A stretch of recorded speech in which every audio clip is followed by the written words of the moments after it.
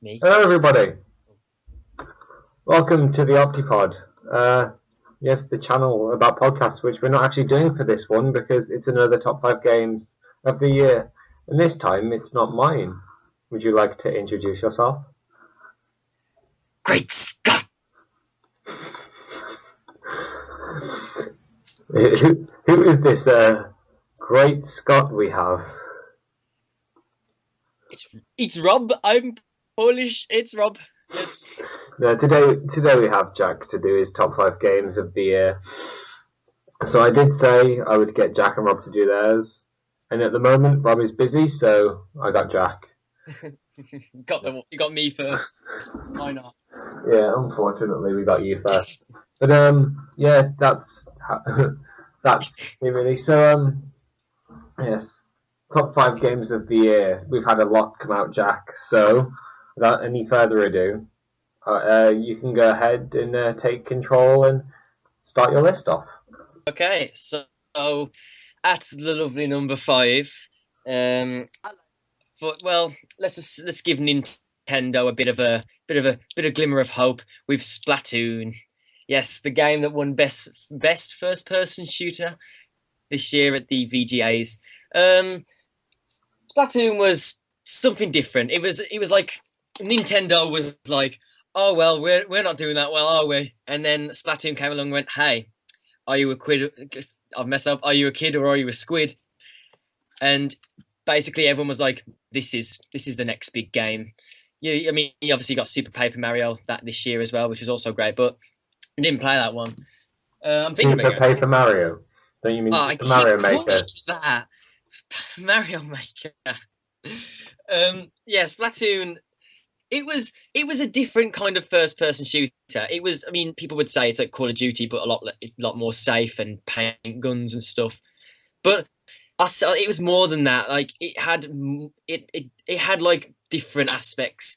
Um, Obviously you'd like have your little gun where you'd shoot people with ink. And they had like other really cool things such as the rolling pin, which you just roll on the floor to make your paint. Like, yeah, if you come in my area, you're gonna get injured if you walk into my paint.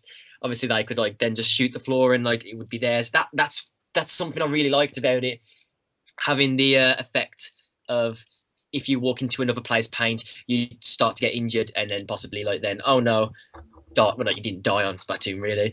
Um, So why is Splatoon your number five instead of anything higher?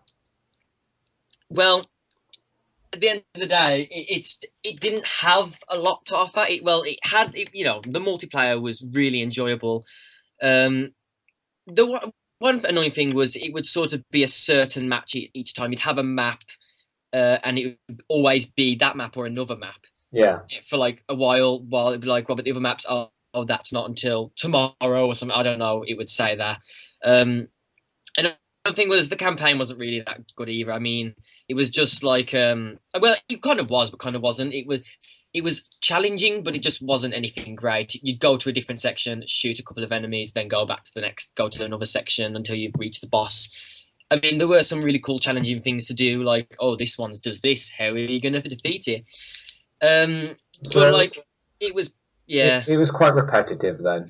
yeah, but I still enjoyed it quite a lot. See, I'm not a massive Nintendo player because I really don't have one. I used to have a Wii, but never got the Wii U.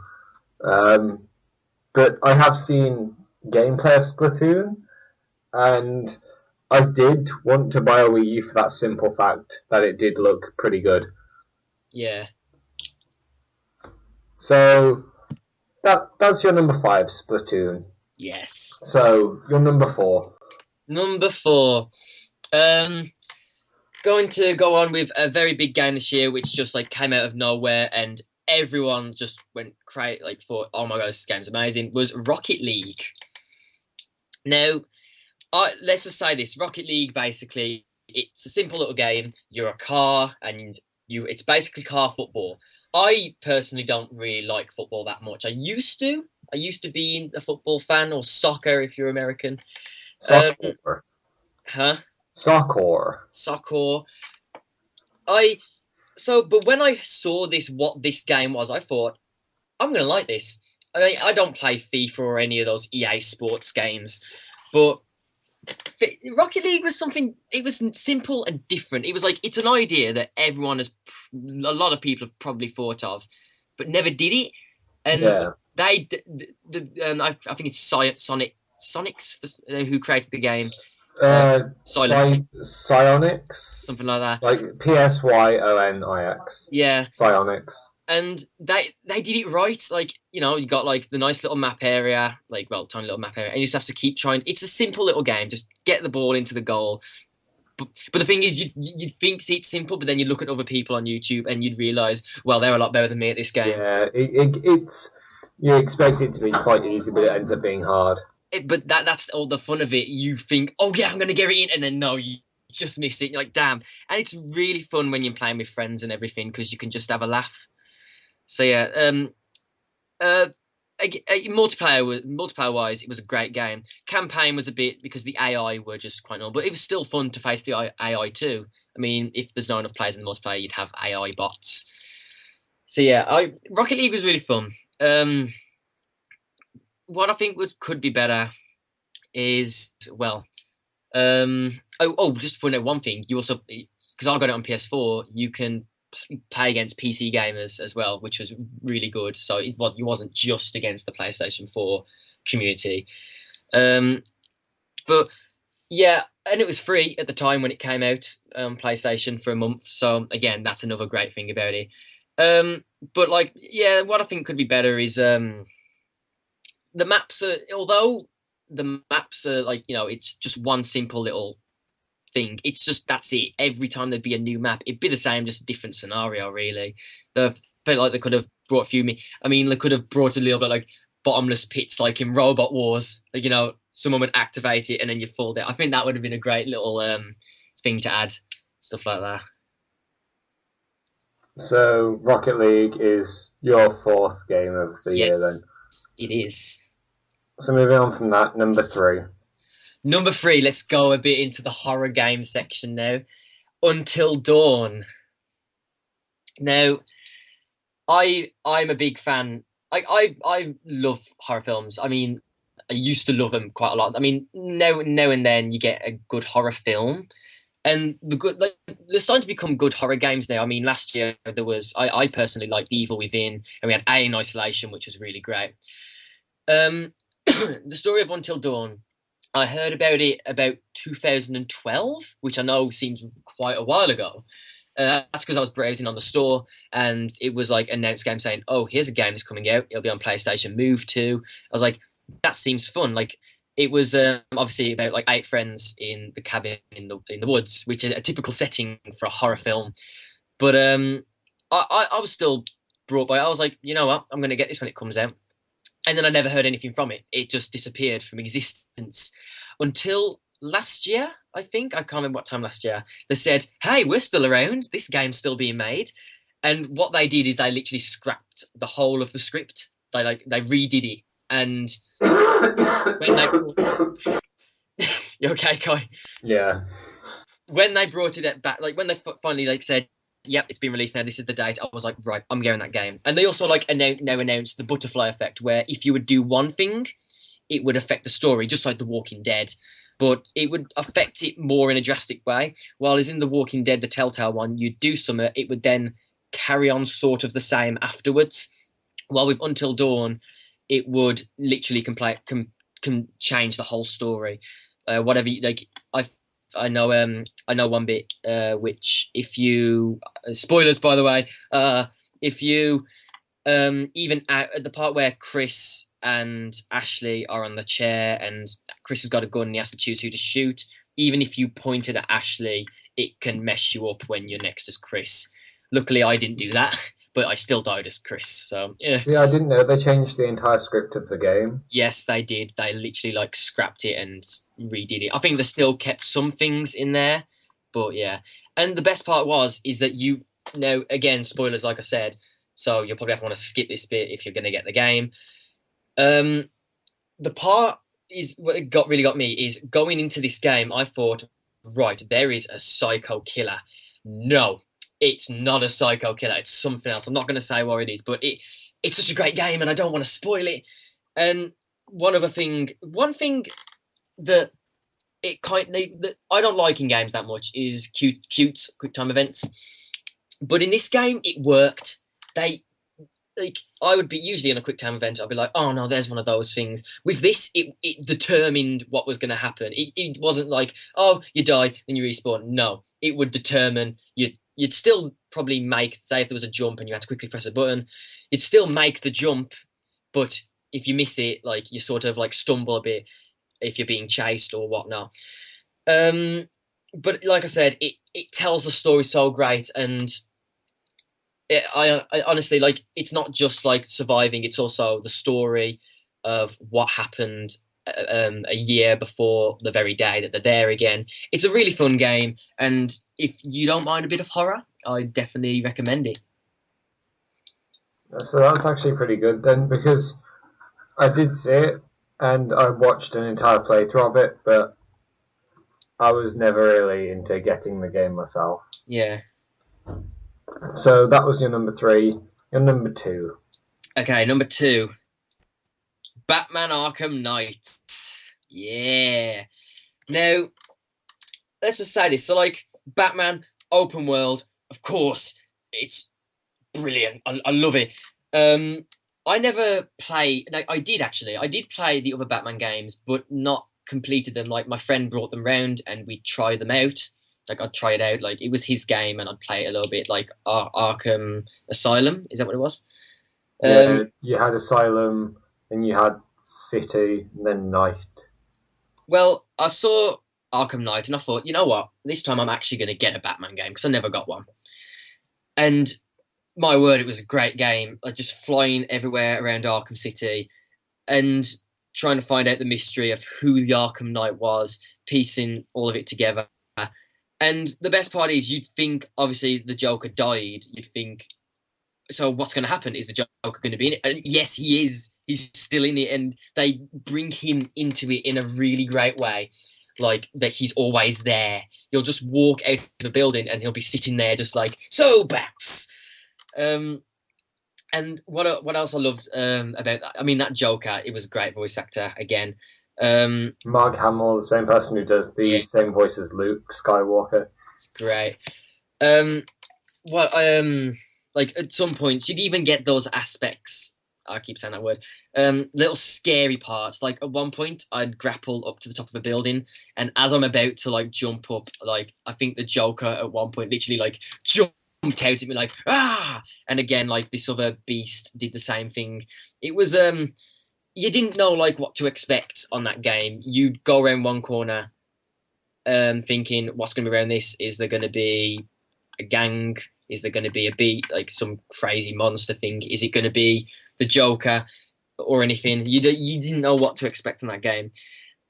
And another great thing was a lot of people complained about this. Well, at first they were all like, "Oh my god, we're going to drive the Batmobile," and then everyone was going, "It's too much Batmobile." I don't think it was, because like you'd have those battles against Arkham Knight in his little flying machine, while you'd be there in your car. That sometimes I would fail a lot at that. The first couple of goes.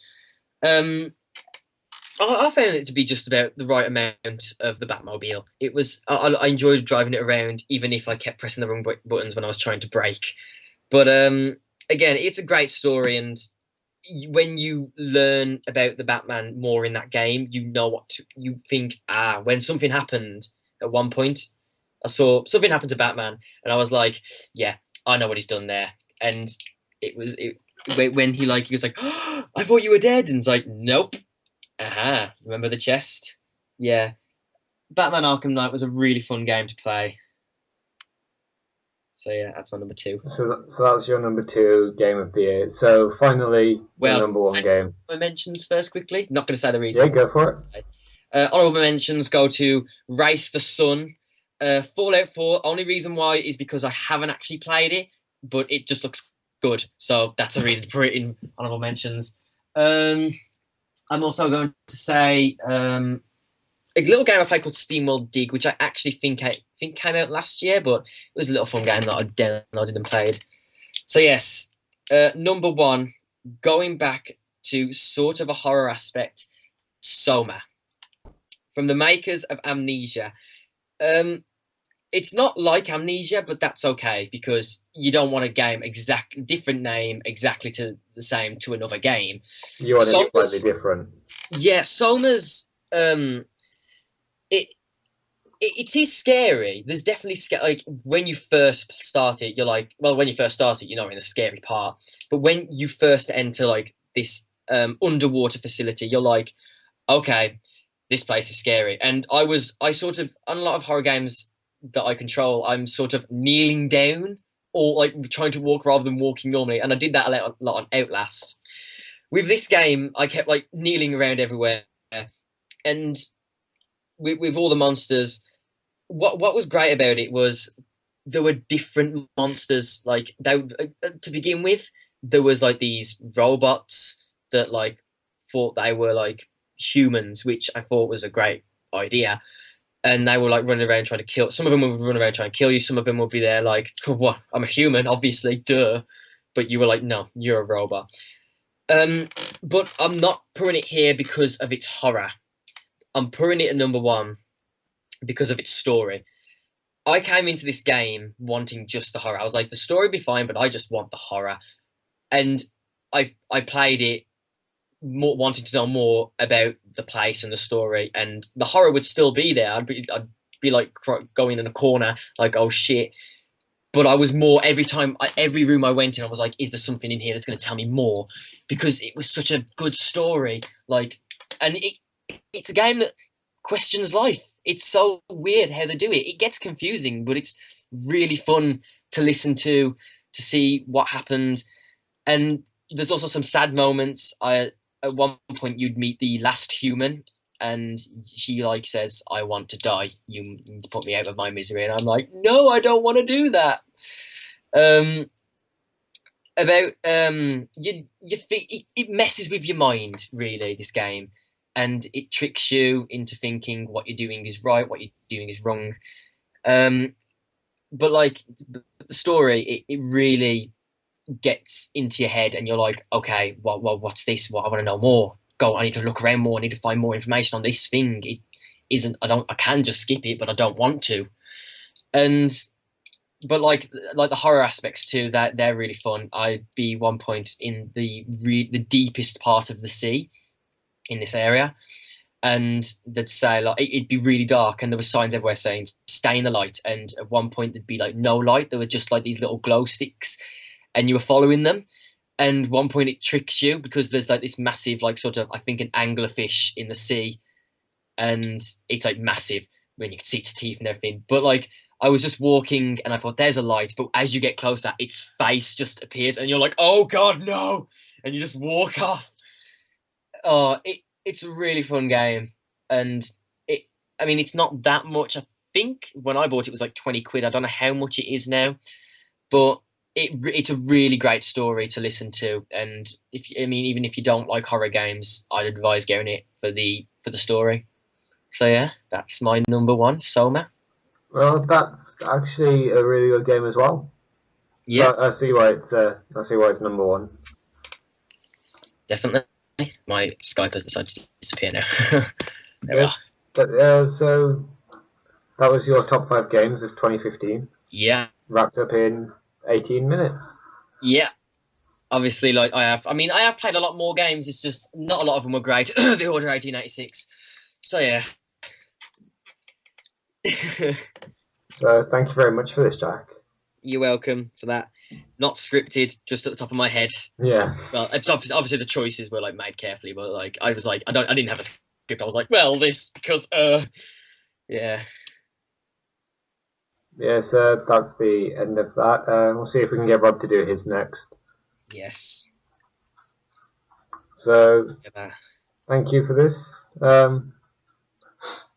We'll do the next video soon. Woo! Bye. I think. Bye. Bye.